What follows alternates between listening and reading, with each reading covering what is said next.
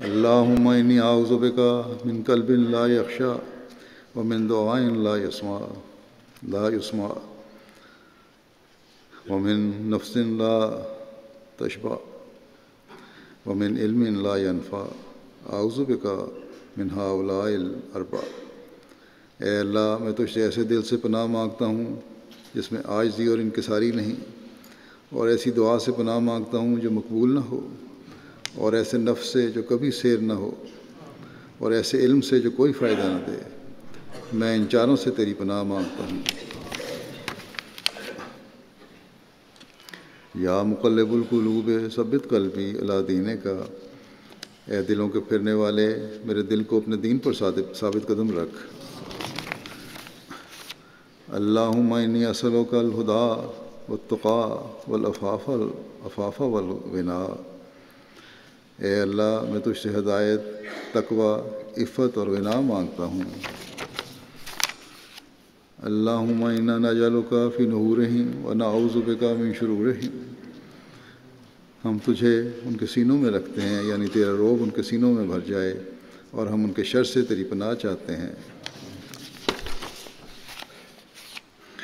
اللہم انی اسألک حبک وحب من یحبک والعمل الذی یبلغنی حبک، اللہم اجعل حبک احب الی من نفسی واہلی ومن الماء البارد۔ اے میرے اللہ میں تجھ سے تیری محبت مانگتا ہوں، اور ان لوگوں کی محبت جو تجھ سے پیار کرتے ہیں، اور اس کام کی محبت جو مجھے تیری محبت تک پہنچا دے۔ اے میرے خدا ایسا کر کہ تیری محبت مجھے اپنی جان، اپنے اہل و عیال اور ٹھنڈے شیریں پانی سے بھی زیادہ پیاری اور اچھی لگے۔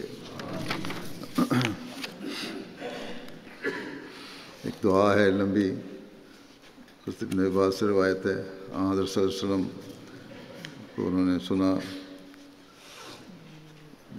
دعا کرتے ہوئے کہ اے اللہ میں تیری رحمت خاص کا طلبگار ہوں، اے اللہ میں تیری رحمت خاص کا طلبگار ہوں، جس کے ذریعے تو میرے دل کو ہدایت عطا کر دے، میرے کام بنا دے، اور میرے پراگندہ کاموں کو سنوار دے، اور میرے بچھڑے ہوئوں کو ملا دے، اور میرے تعلق رکھنے والوں کو رفت دے۔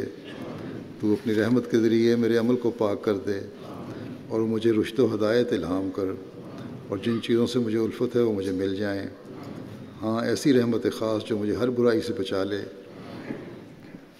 اور اے اللہ مجھے ایسا دائمی ایمان و ایقان بھی نصیب فرما جس کے بعد کفر نہیں ہوتا۔ ایسی رحمت عطا کر جس کے ذریعے مجھے دنیا و آخرت میں تیری کرامت کا شرف نصیب ہو جائے۔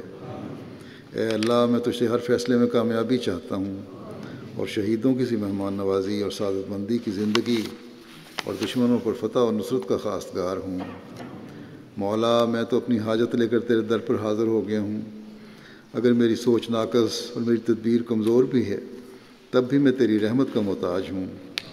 بس اے تمام معاملات کے فیصلہ کرنے والے، اور اے دلوں کو تسکین عطا کرنے والے، میں تجھ سے سوال کرتا ہوں کہ جس طرح بپھرے ہوئے سمندروں میں تو انسان کو بچا لیتا ہے، اسی طرح مجھے آگ کے عذاب سے بچا لے، ہلاکت کی آواز اور قہر اور قبر کے فتنے سے مجھے پناہ دے۔ اور میرے مولا جس دعا سے میری سوچ کوتاہ ہے، اور جس امر کے لیے میں نے دستے سوال دراز نہیں کیا، ہاں وہ خیر اور وہ بھلائی جس کی میں نیت بھی نہیں باندھ سکا، مگر تو نے اپنی مخلوق میں سے کسی کے ساتھ اس خیر کا وعدہ کر رکھا ہے، یا اپنے بندوں میں سے کسی کو تو وہ خیر عطا کرنے والا ہے، تو ایسی ہر خیر کے لیے میں رغبت رکھتا ہوں۔ اور اے سب جہانوں کے رب میں تیری رحمت کا واسطہ دے کر تجھ سے وہ خیر مانگتا ہوں۔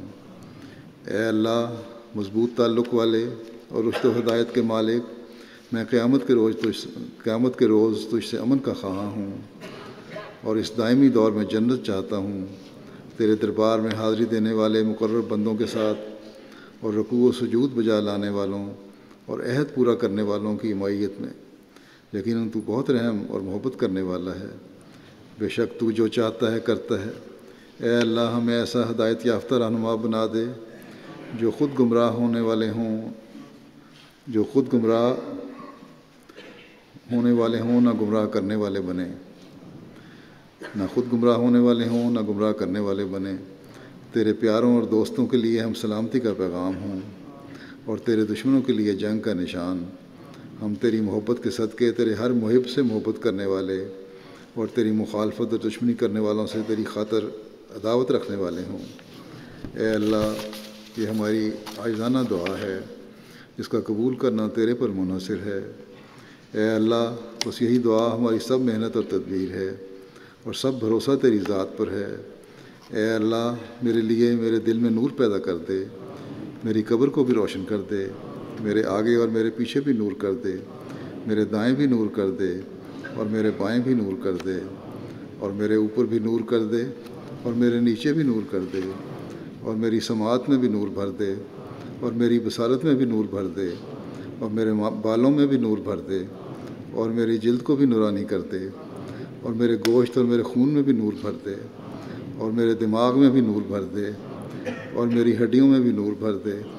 اے اللہ، میرے دل میں نور کی عظمت پیدا کر دے اور پھر مجھے وہ نور عطا کر، بس مجھے سراپا نور ہی بنا دے۔ پاک ہے وہ ذات جو بزرگی کا لباس زیب فرما کر عزت کے ساتھ متمکن ہے۔ پاک ہے وہ ذات کہ جس کے سوا کسی کی پاکیزگی بیان کرنی مناسب نہیں۔ پاک ہے وہ صاحب فضل و نعمت وجود، پاک ہے وہ عزت و بزرگی کا مالک، اور پاک ہے وہ جلال اور اکرام والا۔